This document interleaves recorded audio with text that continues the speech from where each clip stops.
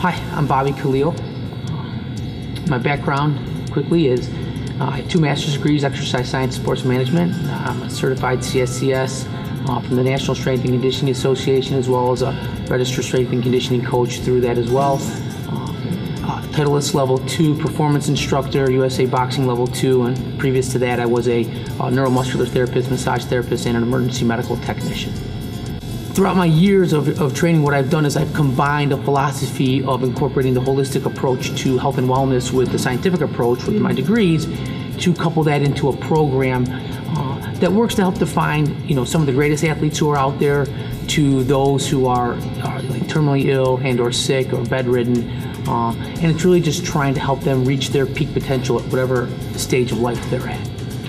I first started in this industry about 18 years ago, and it's a funny little story.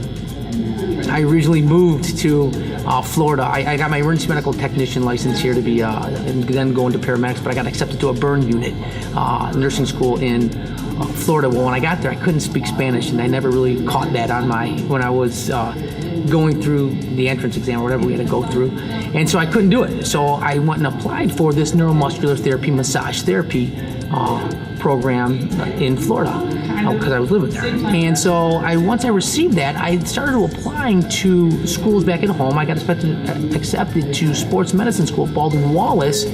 And from that point on, I originally went into athletic training to couple that with the emergency medical technician work and the massage therapy. I could go into athletic training and work with athletes, repair them, fix them up. But then, as I was going through school, I realized the ability to motivate individuals when trying to get them better. I positioned myself to start taking a little bit more exercise physiology, kinesiology type classes, and from that point on, there was no looking back. And I just picked up a bunch of certifications on the way, and again, meshed what I took from the holistic approach to health and wellness with what I was taught in school, and that's pretty much the story of where I am today. Ever since I've been in this, I've been someone who forces myself to get up 4:15, 4:30 every single day. Not that I really want to. Most of the time it's usually because I have clients now, and it is getting a little tired. But regardless of that, it's a habit, and it's a habit that I think that you need to do, that I just believe that I need to stick with, so that I'm not that hypocrite that's out there. Almost every single workout, not at the same intensity, but every single workout that I put one of my clients through, I will put myself through first, so I understand the intensity and the demand that's going out there, so that I can adjust it according to the type of client that I have. So I stick to staying pretty fit myself and active. Plus I run around like a maniac usually around here, so it's kind of easy to stay in shape. And then when you couple it with some of those athletes that I have no choice but to stay in shape. I specialize with my clients a lot of functional movement, and the biggest thing I'm known for now with my background and degrees is a lot of I do a lot of mental training with them. I really get in their head so that they know what it's going to take to help reach their goals, and then we implement a plan. I work with a lot of, right now, the functional explosive type of movements, a lot of reactive based movements, and sports that are reaction based. I think every sport's reaction based, so I kind of specialize in that because I think it kind of separates me from a lot of other trainers that are out there.